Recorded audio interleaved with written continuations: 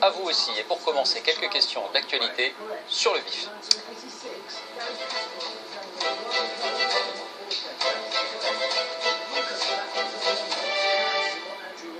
Nicolas Sarkozy, vous ne cessez de répéter que tout n'a pas été fait depuis 18 mois sur le front de la lutte antiterroriste. Vous dites, moi je ne serai pas le président de l'impuissance. Mais franchement, quand on est face à de jeunes Français, nés en France, élevés dans les écoles de la République, qui sont prêts à se faire sauter à tout moment dans la rue ou sur une terrasse de café, franchement, est-ce que le langage de vérité c'est de dire, moi je ferai... Écoutez l'endroit de merde. Est-ce que le langage de vérité, c'est de dire il n'y a rien à faire? Nous sommes la France. Nous sommes la France. Et en 18 mois, 18 mois. 68 victimes. À Nice, À Nice. 86 victimes. Alors qu'est-ce qu'on dit aux Français? Il y en aurait eu Il n'y moins a avec rien à vous. faire? Il y en aurait eu moins avec vous. Présenter comme ça n'a aucun sens. C'est pas une question d'égo, c'est une affaire sérieuse. Jamais la France n'a connu une telle période. Est-ce qu'on peut faire mieux? Ma réponse est oui.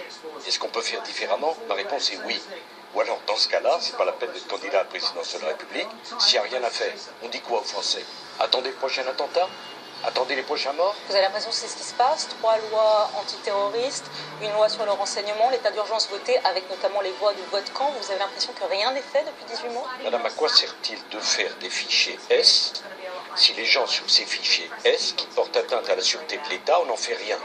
On ne les interroge pas, on ne les examine pas, On les suit. on ne les met pas en rétention, on ne les suit absolument suit. pas. Ah, Répondez là-dessus, s'il vous plaît. Absolument pas. Je demande que toute personne qui est sur un fichier S fasse l'objet d'un contrôle sur dossier et que la quelques centaines de personnes sur un fichier S qui présentent des critères de dangerosité par ses fréquentations, par la consultation régulière de sites djihadistes, par sa radicalité, fasse l'objet d'un examen approfondi, soit mis, en vertu du principe de précaution, en rétention administrative. Et à ce moment-là, il y a 3 solutions. Soit il n'a rien fait, et on le relâche. Éventuellement, on lui présente nos excuses, bien sûr, mais on aura agi par précaution, parce que les 3 jeunes filles qui voulaient faire sauter une voiture devant Notre-Dame de Paris étaient toutes les 3 fichées S. On n'en a rien fait. Soit ils sont en train de préparer, et les services spécialisés se rendent compte par l'examen de leur situation, un attentat. Dans ce cas-là, c'est une procédure judiciaire. Mais Soit ils sont en voie de grande radicalisation, et dans ce cas, on les envoie dans un centre de déradicalisation, parce que nous n'avons pas l'intention de garder sur le territoire de la République des individus qui sont radicalisés, qui haïssent la France et qui veulent tuer des Français. Il me semble que le principe de précaution s'applique tout autant à la sécurité des Français qu'à la protection de l'environnement. Alors arrêtons-nous un instant là-dessus, parce que c'est vrai que beaucoup d'attention est portée, y compris dans votre livre, sur ces fichiers S. Bon, Ne parlons pas des arguments juridiques. nous avons un peu suivi. La fiche S est un outil de renseignement. On est...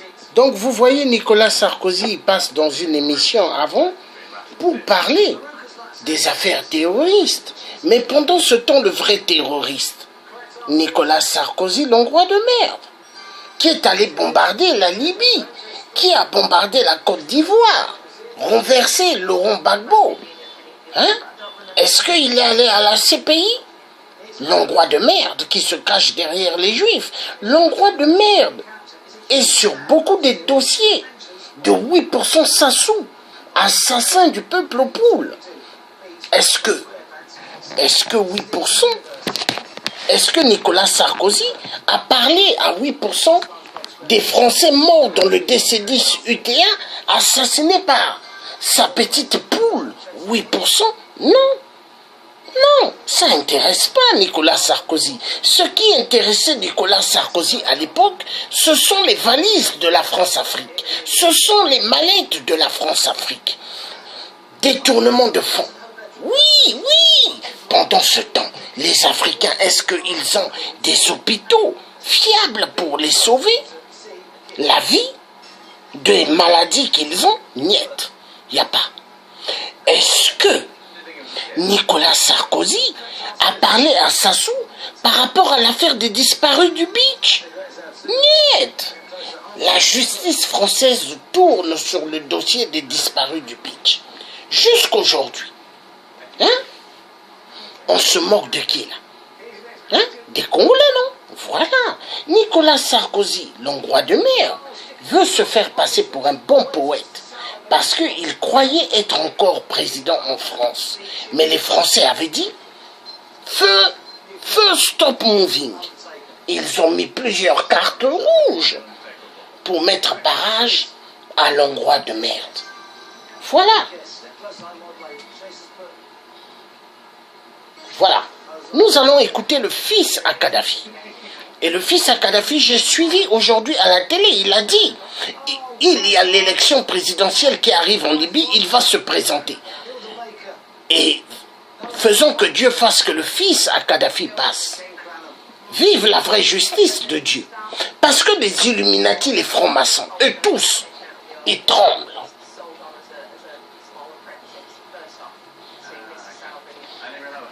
Parce qu'avoir tué Kadhafi, ils sont contents. Mais c'est pas tout, hein. Il y a des grandes surprises, hein. Voilà, c'est parti. Le fils à Kadhafi réclame l'argent de son père à Sarkozy. Le fils cadet du colonel Saïf al-Islam Kadhafi a répondu longuement aux questions d'Euronews à Tripoli. Il promet de mater les rebelles jusqu'à Benghazi. Il s'en prend aussi à la Ligue arabe ainsi qu'au président français Nicolas Sarkozy. Saïf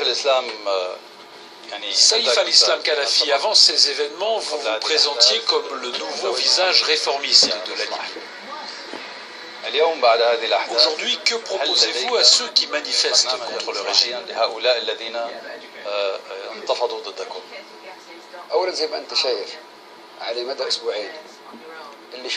Ce que vous voyez depuis des semaines, ce que nous voyons dans les rues, ce ne sont pas des manifestations, mais des milices armées qui font peur aux gens et qui les tuent.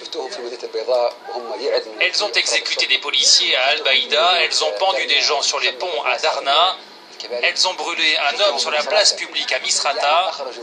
Ces hommes ne croient ni au dialogue, ni aux droits de l'homme, ni à la démocratie. Ce sont des criminels. Ils le prouvent en prenant des photos et des vidéos de leurs actes.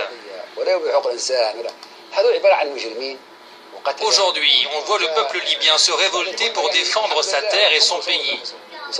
Chaque jour, l'armée libyenne libère une ville et le peuple sort dans les rues pour célébrer la victoire. Tout le peuple libyen est uni contre ces milices. Même au sein de l'armée, il y a plein de volontaires qui se sont engagés pour combattre ces terroristes. Nous mènerons les réformes politiques quand la paix et le calme seront revenus dans notre pays. Avant ces conflits, nous étions prêts à conduire des réformes, à changer la constitution, à donner plus de liberté, mais aujourd'hui, c'est le temps du combat. Nous devons libérer la Libye de ces terroristes.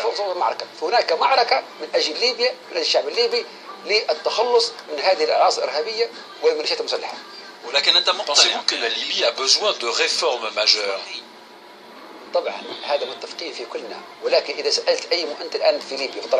Oui, nous en sommes convaincus. Mais aujourd'hui, la rue est surtout préoccupée par sa propre sécurité. Les projets de construction, les projets d'infrastructure, ce n'est pas la priorité du peuple libyen. Le peuple est terrorisé aujourd'hui par ces milices armées. Ce que la rue demande en priorité, c'est le retour de la paix et de la sécurité.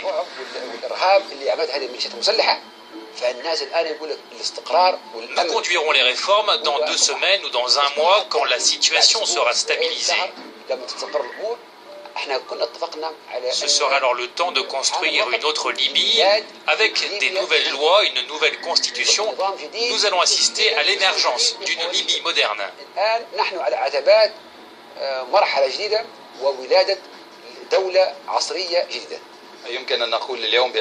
Confirmez-vous la présence d'Al-Qaïda ou d'autres groupes terroristes parmi les rebelles?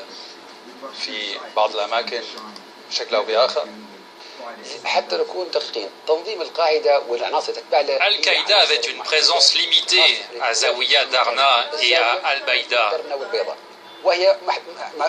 Nous avons surtout vu apparaître des meurtriers, des criminels qui se sont organisés en milices armées. Ils ont même recruté des jeunes. On les a vus à la télévision boire de l'alcool, écouter de la musique, prendre de la drogue. Il y a donc parmi les rebelles aussi bien des milices criminelles que des organisations islamistes extrémistes. Et tous, ce sont les ennemis de la Libye.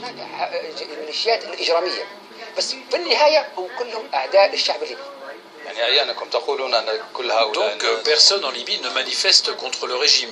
Il y a seulement des milices armées et des islamistes extrémistes.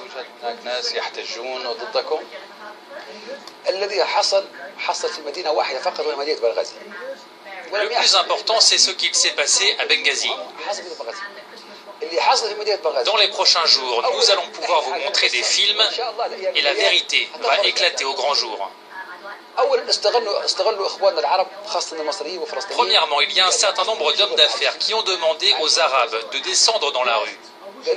La plupart de ceux qui ont manifesté sont des Égyptiens et des Palestiniens qui étaient au chômage. Deuxièmement, il se peut qu'il y ait des gens qui, à Benghazi, soient contre le colonel Kadhafi. Il y en a peut-être plusieurs milliers. Mais vous savez, il y a 1 500 000 habitants à Benghazi. S'il y a contre nous des dizaines de milliers de gens, ce n'est pas la fin du monde.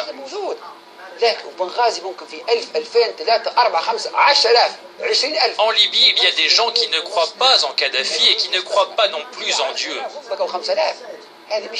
Notre ancien ministre des Affaires étrangères, par exemple, est athée. Il ne s'en cache pas.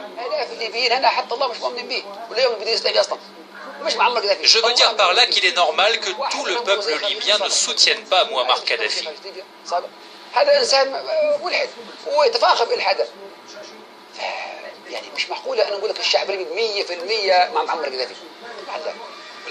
Donc selon vous, il n'y a pas de propagation de la révolte tunisienne et égyptienne à la Libye.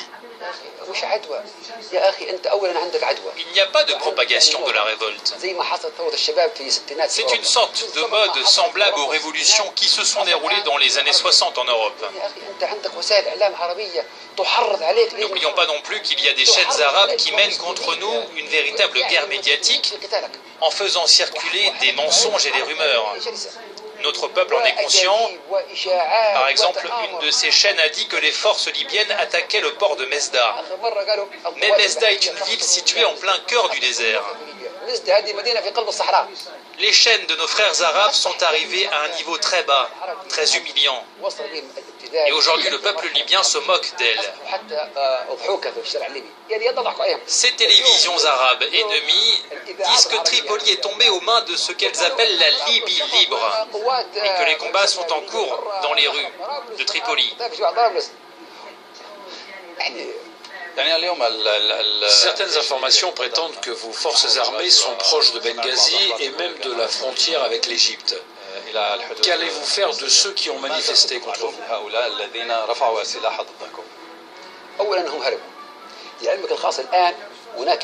La plupart ont fui. Nos partisans nous ont demandé de les laisser partir, de laisser ces traîtres qui sont avec les États-Unis, la Grande-Bretagne et la France de partir. Tous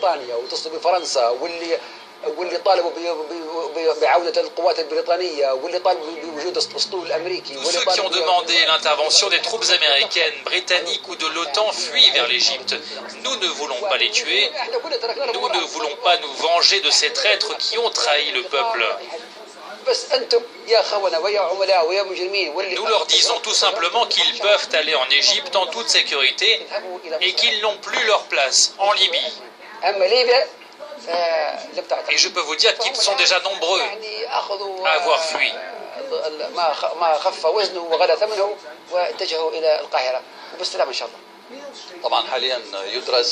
Que pensez-vous de la résolution qu'étudie l'ONU pour imposer une éventuelle zone d'exclusion aérienne? Mais quelle résolution et contre qui? C'est trop tard. Dans 48 heures, nos opérations militaires seront quasiment terminées. Nos forces sont presque à Benghazi. La Ligue arabe a estimé que le régime libyen était illégitime. Comptez-vous rester membre au sein de la Ligue arabe? C'est ridicule. Ces régimes ne sont pas démocratiques. Leurs présidents ne sont pas élus. Ils n'appliquent ni la constitution ni les lois de leur pays. Tous ces régimes sont illégitimes.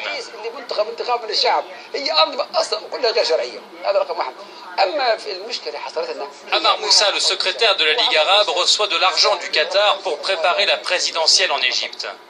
Nos frères qatariotes lui ont demandé de jouer ce rôle. Ammar Moussa n'est pas légitime, tout comme les autres présidents arabes qui ont hérité du pouvoir et qui règnent en dictateurs. Ils se prennent pour l'Union européenne ou les États-Unis. La Ligue arabe est une véritable pièce de théâtre.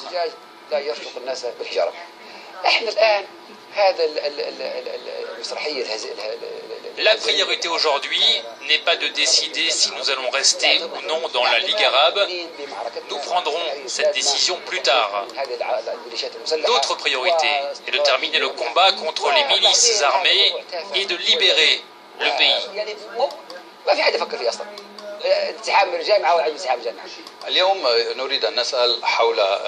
La France fut le premier pays à reconnaître le Conseil national de la Révolution. Que pense le régime du président Sarkozy?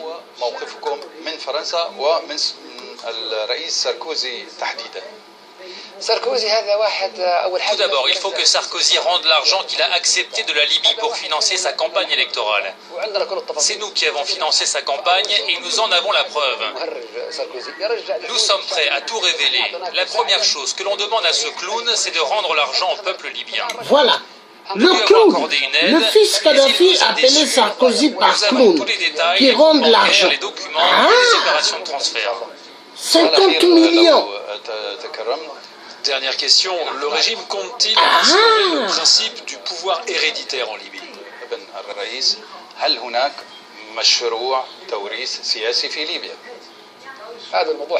Je ne veux plus répondre à cette question. J'en ai déjà parlé. Je ne veux plus en parler. Voilà. Donc le fils à Kadhafi a bien parlé. Il a bien expliqué que Sarkozy rende d'abord l'argent. Voilà. Que Sarkozy rende d'abord l'argent. Est-ce que Sarkozy peut rendre d'abord l'argent volé du colonel Kadhafi? 50 millions. Est-ce que Sarkozy peut remettre cet argent? Voilà. Dans la vie, il ne faut pas faire du mal. Sarkozy, hongrois de merde. La vie, quand tu fais du mal, ça te rattrape. Oui, Sarkozy, hongrois de merde. Il ne faut jamais faire du mal. Voler ce qui n'est pas à toi, c'est pas bon, Sarko. Parce que Sarko, quand les gens vont te suivre, Sarko, hongrois de merde, tu ne pourras pas t'échapper. Parce que dans les pillages immenses d'argent, tu es dedans. Voler l'argent qui n'est pas à toi, c'est pas bien. Ah oui. Ah oui.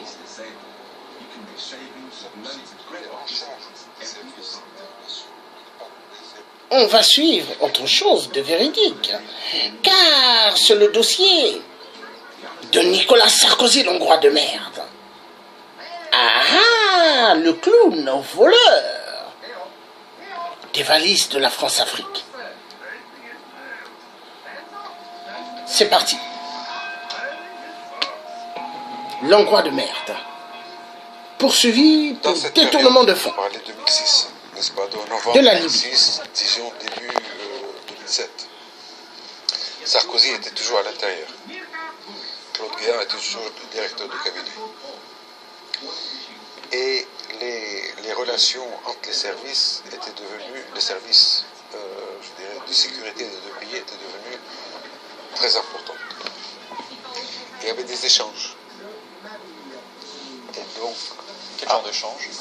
des échanges d'informations, des échanges de travail. Je ne rentre pas dans les détails, mais il y avait des échanges dans l'intérêt de l'information entre les deux pays.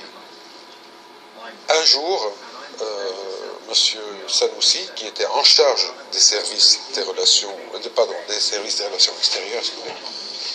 Un jour, M. Sanoussi me demande si je peux être celui qui transporte une partie de ces sommes à Claude Guéant de l'intérieur, à l'intérieur. Il vous demande ça, c'est une réunion qui se passe chez lui? Chez lui toujours. D'accord. Et à ce moment-là, je dis si c'est bon, mais comment faire rentrer ça en France? Il me dit le ministère de l'Intérieur sera informé, et donc tu rentres, il n'y a pas de problème. Et donc son frère, Ahmeda, s'amène avec une valise que je dois ramener en France. Dans cette valise, il y a quoi exactement? Il n'y a rien d'autre que de l'argent. Il y a à peu près, je pense, la première c'était 1,5 million. Ça se constitue de billets de 100? De billets de 500 et quelques-unes de 200. Quelques paquets de 500. En liasse de billets, ce sont des billets neufs, en euros? Totalement neufs. Vous avez ouvert la valise, vous avez regardé ce qu'il y avait à l'intérieur? Oui, mais je n'ai pas compté. J'ai ouvert, j'ai vu. Je me suis fait un plan dans la tête, qu'est-ce que j'allais mettre dessus pour cacher s'il y avait de la place. Et voilà. Ne vous inquiétez pas. De toute manière, les services sont prévenus, donc il n'y a pas de problème. Vous rentrez avec et vous les livrez à M. Guéant. Et vous nous confirmez quand c'est reçu. Ils font appel à moi parce qu'ils ont confiance.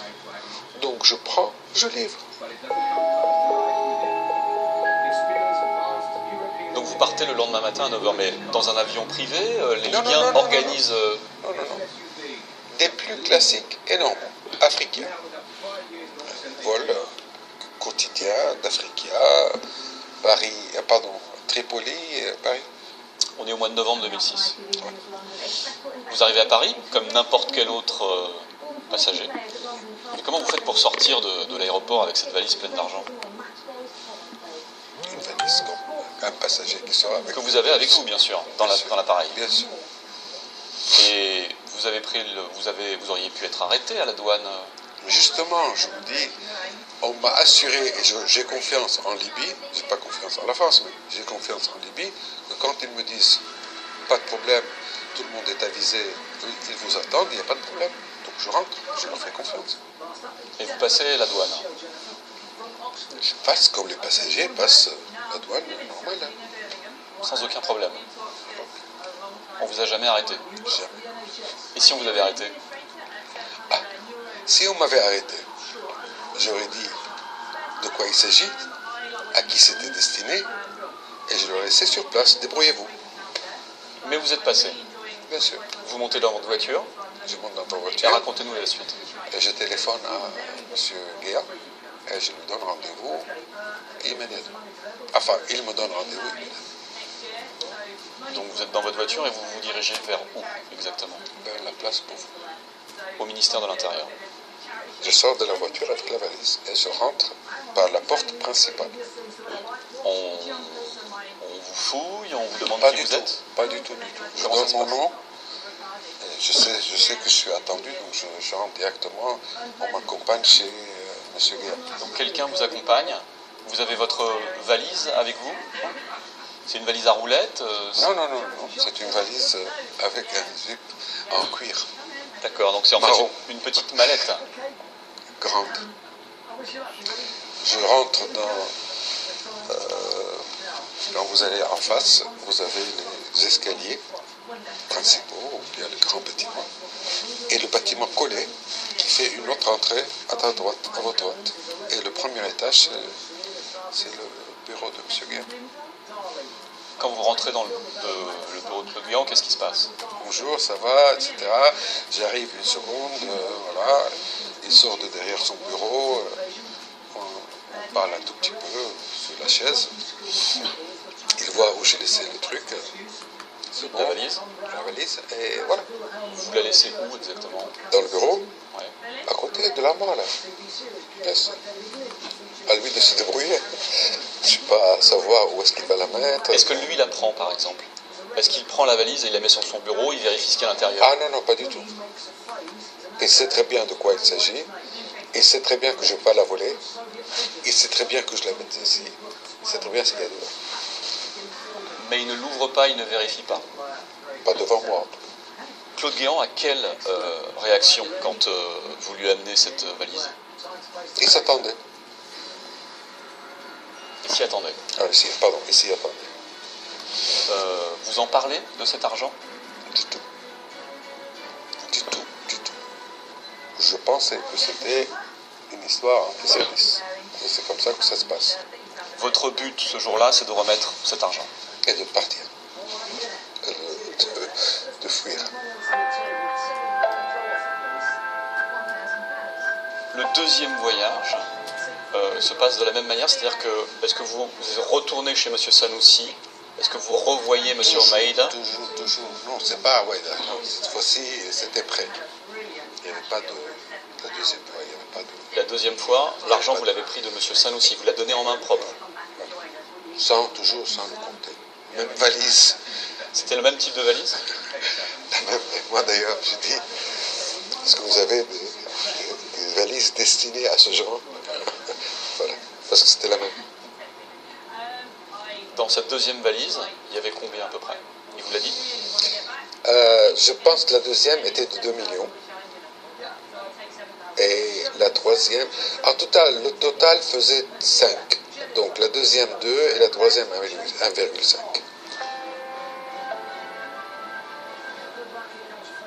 La somme de 5 millions d'euros a été versée pour la campagne du président français Nicolas Sarkozy en 2006-2007. J'ai personnellement supervisé le transfert de cette somme via un intermédiaire français, en la personne du directeur de cabinet du ministre de l'Intérieur. Sarkozy était alors ministre de l'Intérieur. Il y avait aussi un second intermédiaire, le nommé Takieddine, un Français d'origine libanaise installé en France. Je confirme que cette somme a bien été réceptionnée par Sarkozy. Vous arrivez à Paris à quelle heure?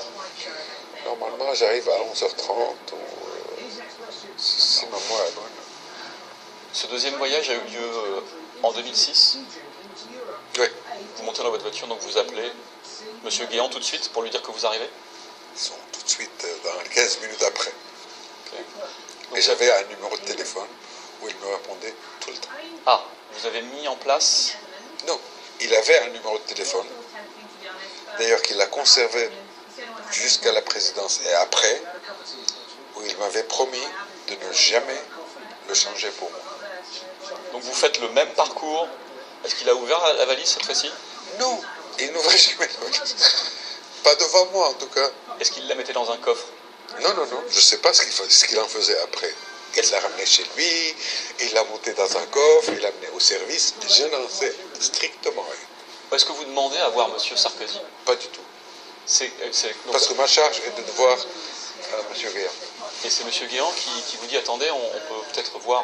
Non, il me dit, attendez, et je passe avec lui, derrière lui, et il me passe par un salon, et je vois M. Sarkozy. Qui était occupé? Non, je vois M. Sarkozy qui sort, qui me dit bonjour, etc. Donc vous... Comme il se doit. Il vous connaissait? Ouais. Vous l'aviez vu au moins 2 fois? J'imagine qu'il sait très bien pourquoi j'étais là, aussi. Donc, j'ose espérer. Que vous dit-il exactement, M. Sarkozy, quand il vous voit? Il me dit, essayons de se voir la prochaine fois, passez directement chez moi. Dans mon bureau. Ça veut dire sans M. Guéant, en fait? Il ne m'a pas dit sans M. Guéant. D'accord.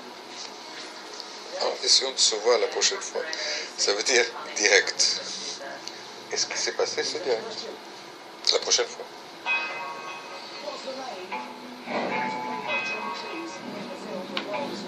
Le troisième voyage se passe de la même manière. Vous récupérez l'argent chez M. Sanoussi, toujours dans une valise? Toujours. Et à chaque fois, je me rendais compte, voilà. Et il pose des questions comme vous. Comment ça s'est passé? Qu'est-ce qu'il a pris? Qu'est-ce qu'il a dit? Est-ce qu'il les a comptés? Etc. Ça, je ne sais pas du tout. Il a pris la valise telle quelle et je l'ai donnée. Vous faites toujours le même voyage? Attendez, je ne ramène pas la valise vide avec moi pour qu'elle soit remplie. Ils ont déjà du stock. Nouvelle valise chez M. Sanoussi, troisième valise. Dans cette valise-là, vous dites qu'il y a peut-être quel montant pour le troisième voyage? Moi, je sais très bien que j'ai transporté de cette manière un total de 5 millions d'euros pour les échanges de services. Ok. Maintenant, est-ce que c'est là ou là 1,5 million, 2 millions et 1,5 million, ça me semble être vraiment, d'après le poids et d'après les choses, pareil. Je n'ai compté ni là, ni là. Vous prenez l'avion, vous arrivez toujours avec votre chauffeur, place Beauvau au ministère de l'Intérieur, et racontez-moi donc précisément ce qui se passe. On est, selon vous, le mois de janvier 2007, début de l'année 2007 ? Non. Ouais. Vous êtes sûr que le troisième voyage a été en 2007 ? Ah oui, oui.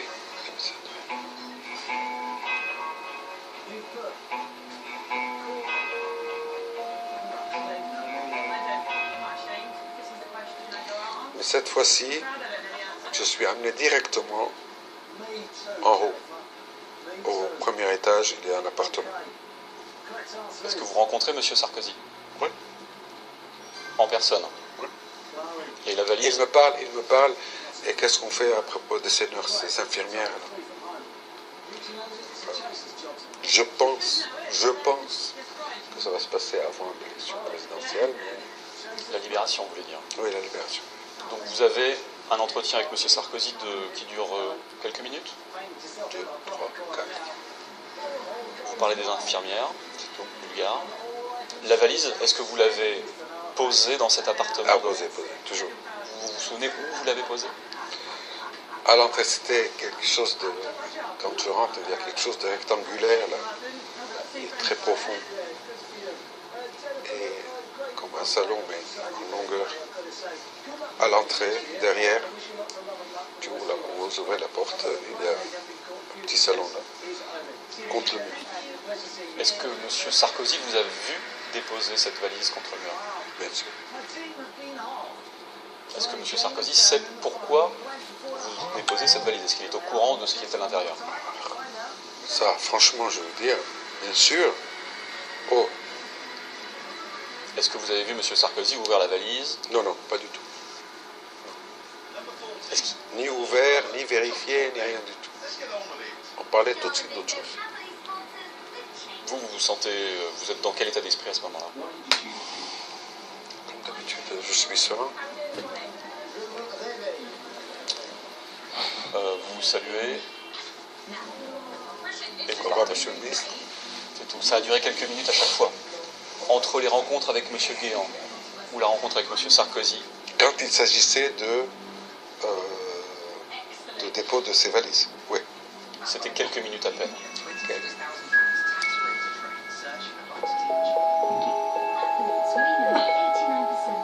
Vous avez pendant plusieurs années protégé M.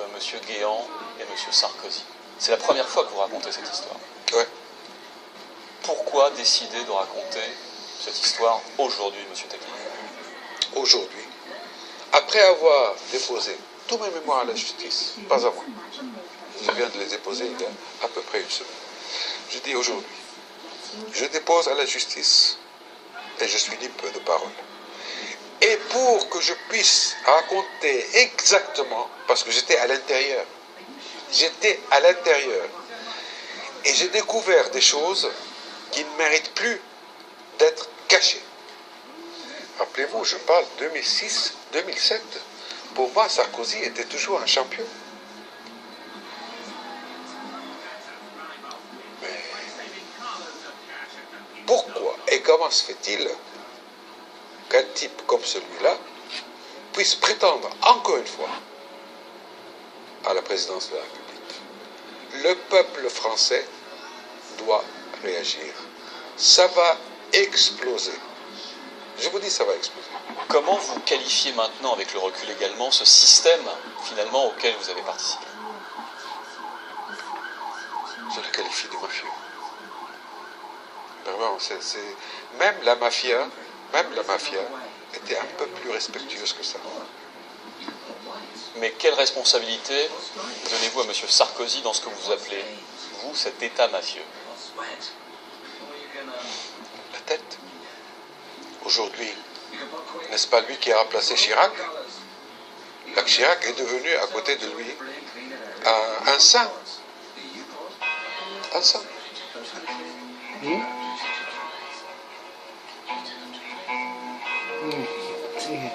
I will turn off.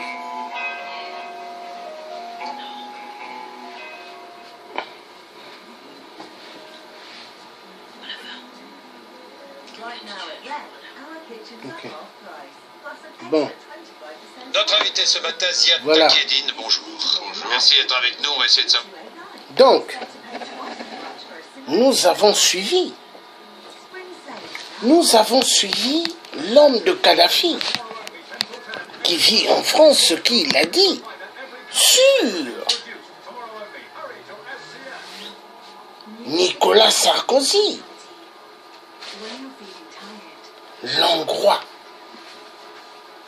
qui se cache derrière les Juifs pour faire toute la magouille. Et Nicolas Sarkozy, le grand voyou, le fils à Kadhafi l'a appelé clown. Il a dit que ce clown rende d'abord l'argent que mon père lui a donné. Donc, Kadhafi. Le fils Kadhafi redemande l'argent au clown de Sarkozy. Ah! Et le Congo-Brazza, le peuple congolais de Brazzaville demanderont tout l'argent que Nicolas Sarkozy a volé à l'époque, quand il était président, que Sassou lui donnait les valises et les mallettes de la France-Afrique. Nicolas Sarkozy rendra cet argent. Également, François Hollande, la poule, la pute de merde, rendra l'argent du peuple au Congo. Parce que demain, on redemandera cet argent. Ah oui, l'argent que Emmanuel Macron, que Sassou a donné pour la COP qui n'est qu'une COP de mafia, du changement climatique, nous redemanderons cet argent à Emmanuel Macron de remettre cet argent. Et nous redemanderons à toute la communauté internationale de remettre l'argent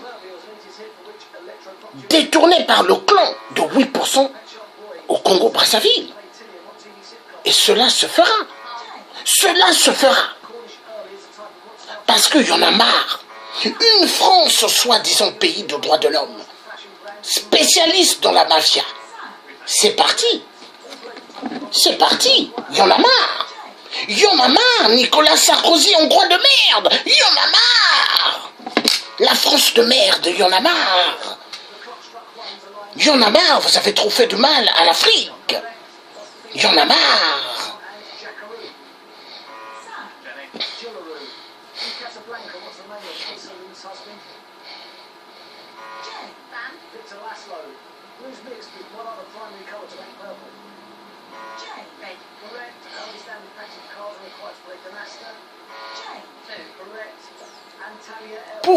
Pourquoi faire du mal au peuple africain? Pourquoi faire du mal au peuple du Congo-Brazzaville? On vous a fait quoi? Vous nous devez excessivement. On vous a fait quoi? Vous faites du mal. Vous êtes qui?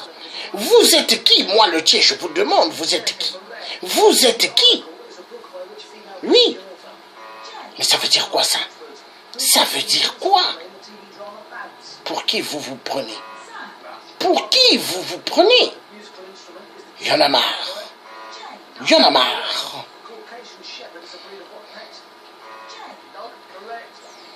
Non, la France, non.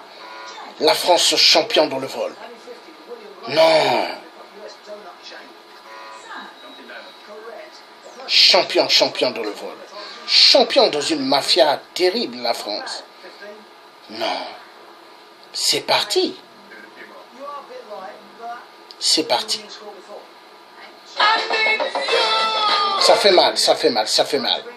La France spécialiste dans le vol. Oui. C'est parti.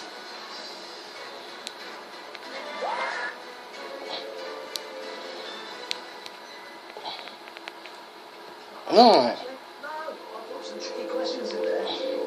Ça fait mal. Il y en a marre. Il y en a marre, la France. La France a fait tellement de mal. Il y en a marre. que Nicolas Sarkozy, l'Hongrois de mer, qui a cru qu'il pouvait jouer avec le peuple africain. Il s'est dit, je suis devenu le président de la France. Moi, Nicolas Sarkozy, Hongrois de merde, je vais tuer immensement en Afrique. Nicolas Sarkozy, toujours. Rappelez-vous, à l'époque, il avait toujours son téléphone à la main. Parce que quand il avait besoin du fric et fric de la mafia, des valises et des mallettes de la France-Afrique, de merde, Nicolas Sarkozy composait le numéro et appelait. Allô? Allô, oui, c'est Sassou? Envoie-moi la mallette, envoie-moi les valises, Louis Vuitton, Chanel, remplis de centaines de billets. D'accord, j'attends. Et les valises et mallettes de la France-Afrique arrivaient à l'Élysée. Nicolas Sarkozy, plein de sourires. Sa femme, elle partait chez des grands bijoutiers. Elle se payait des bijoux, mettre autour d'elle. Des bijoux en diamant. Est-ce que la France a du diamant? Non. Tout cela, volé en Afrique, volé en Afrique. Et après, ils disent que la France ne peut pas accueillir toute la misère du monde. Ce sont des enfoirés de merde. La vérité sera dite. Alors, Nicolas Sarkozy, l'Hongrois de merde, il a cru être président de la France, il a cru que il avait le plein pouvoir de faire coup d'État en Côte d'Ivoire, de renverser Laurent Gbagbo et de donner Laurent Gbagbo au chien loup-garou de la CPI. Pendant ce temps, Ouattara, en liberté, le grand tueur du peuple ivoirien, qui n'est qu'un Burkinabé. Toujours les étrangers venant d'ailleurs, c'est eux qui exterminent les peuples dans les pays. Qui a ramené Ali Bongo XPD? Nicolas Sarkozy, l'Hongrois de mer, il devait reprendre sa petite poupoule de Ali Bongo XPD. Mais il laisse Ali pour exterminer le peuple gabonais. Au Gabon, il y a inondation partout. Oui, la France aime voir les Gabonais dans l'eau. Ça leur fait plaisir. L'Élysée est le malheur de toute l'Afrique. Oui. L'Afrique centrale va mal. L'Afrique centrale, il n'y a que des pleurs. Dans chaque coin des ruelles, oui, il n'y a que des morts. Il y a trop de morts parce que la France, l'Élysée de merde, veut avoir toutes les mallettes d'argent, toutes les mallettes de fric. Rien pour le peuple. Ils aiment cela. Ils adorent. Ils adorent. Oui, oui, oui.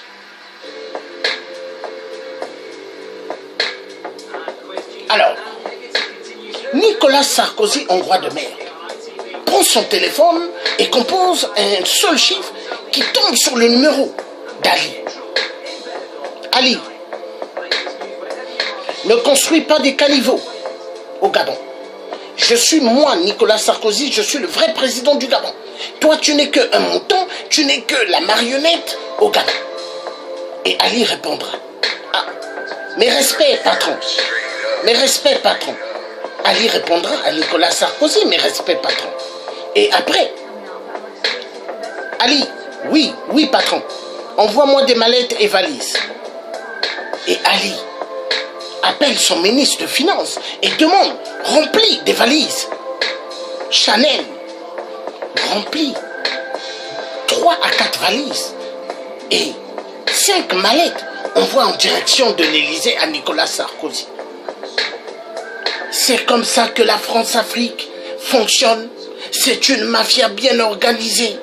Et les enfants en Afrique n'ont pas d'école. Il n'y a pas d'école primaire. Il n'y a pas d'école de jardin d'enfants de ce nom. Quand il y a des familles soi-disant pauvres qui ont des enfants malades, ils amènent des enfants à l'hôpital, on refuse de les soigner. Exactement comme la petite Evelyne, gravement malade, mais que Dieu fait à ce qu'elle vive toujours au Gabon. Cette petite a pas mal de maladies, mais elle est toujours vivante. Personne ne s'intéresse. Ils disent que les parents sont pauvres. Ah bon? Et l'argent que Ali vole, Ali est un Biafra. Est-ce qu'il est gabonais? Non. Est-ce que Ali a un acte de naissance gabonais? Non. Ali n'est que un fils d'étranger. Oui, Ali. Ali n'est qu'un fils d'étranger. Venant d'ailleurs. Il n'est pas né au Gabon. Mais il fait souffrir éperdument le peuple gabonais. Ali, il a tellement tué. À 0 mètre, à 100 mètres, à 200 mètres, il y avait des soldats militaires français. Ils ont laissé qu'on puisse tuer les Gabonais. Ça leur a fait plaisir. Tous, ils avaient des sourires. Et qui tirait dans des hélicos? Des militaires français tiraient sur des Gabonais. Comme des lapins, comme des sangliers. Voilà, la vérité doit être dite. Ali n'a pas gagné aux élections. C'est Jean Ping. François Hollande la pute à l'Élysée. Vu Sarkozy n'était plus à l'Élysée. Hollande a encouragé la musique. Et Hollande, quand il voyait le tien devant l'ambassade du Gabon, il a dit « Encore lui ?» Oui, le tien était toujours là pour soutenir ses frères et ses sœurs du Gabon. Hollande la pute, a oublié que le tien est un guerrier bantou et a oublié que le tien, le neveu du premier président Fulbert Youlou, oui, qui n'a jamais volé l'argent de la France-Afrique de merde, voler l'argent pour donner à la France. La France payera tout ce qu'elle a fait au Congo, un jour. La vérité doit être dite. Remix.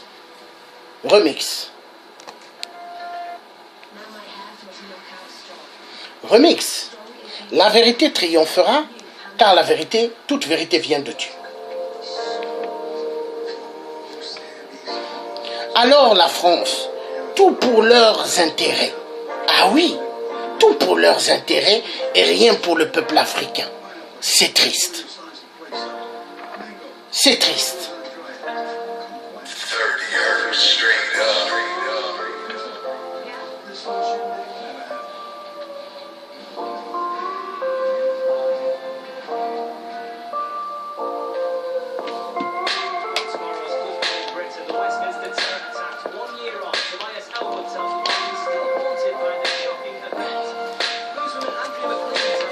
Quand le peuple africain n'a même pas de l'eau de cette couleur qui coule dans des robinets, c'est à cause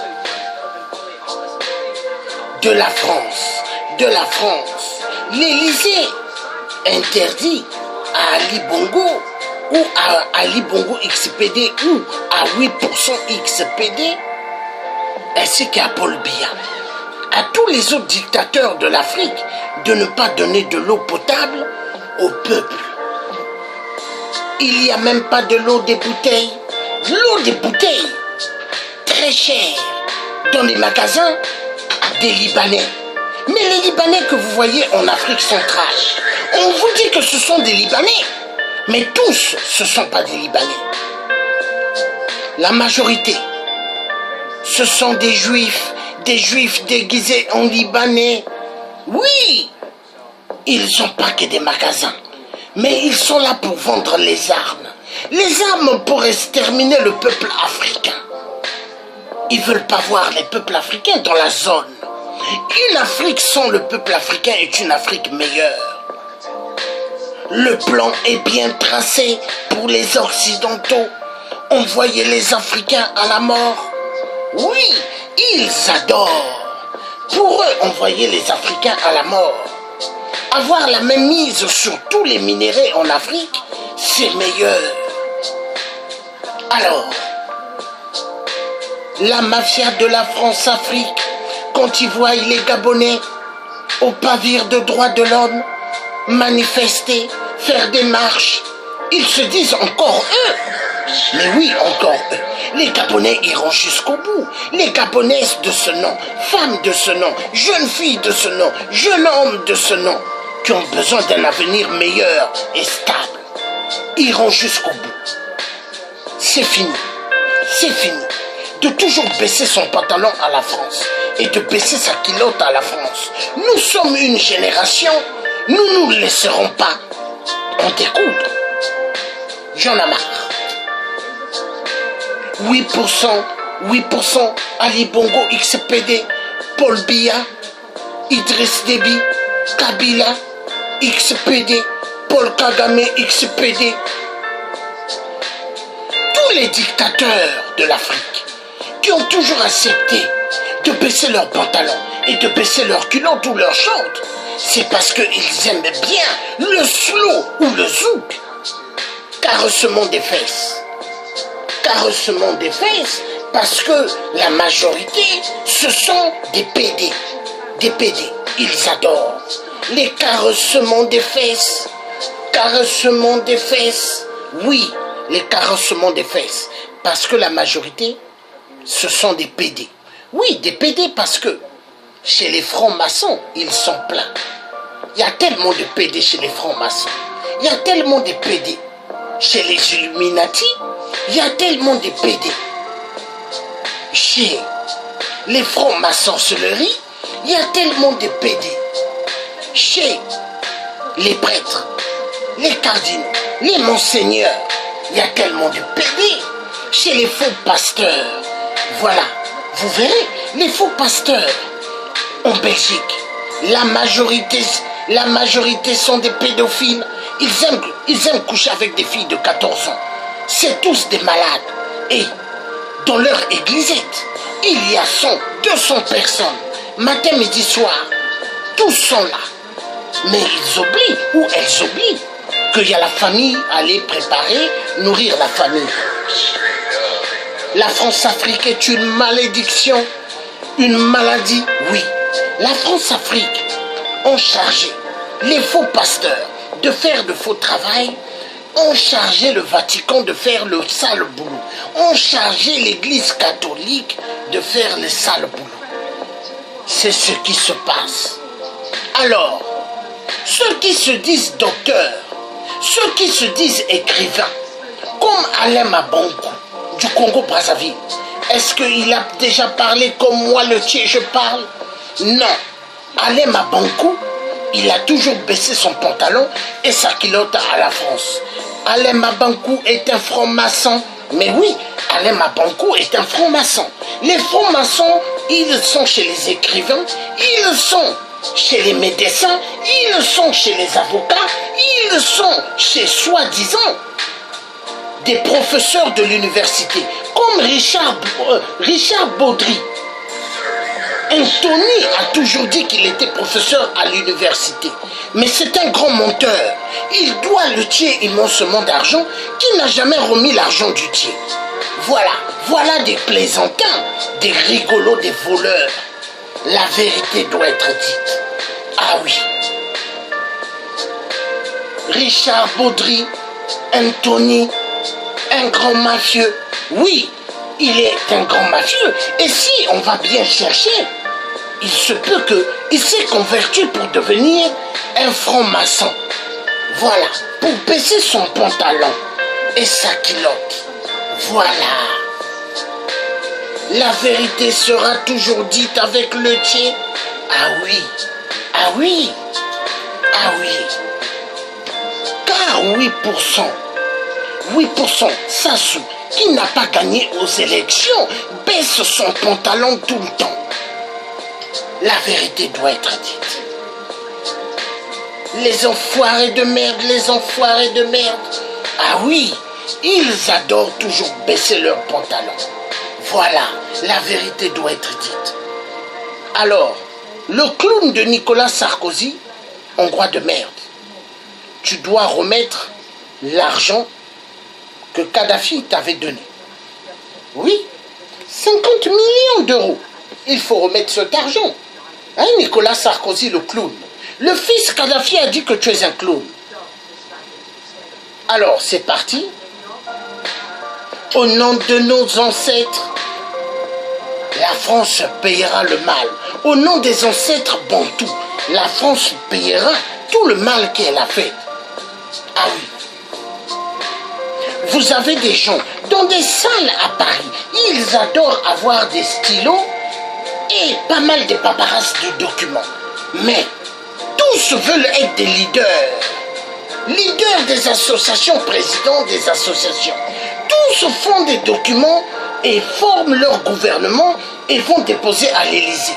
L'Élysée, quand ils regardent, ils disent « Mais ces Congolais-là, ils ont un problème. » Jetez cela dans les poubelles.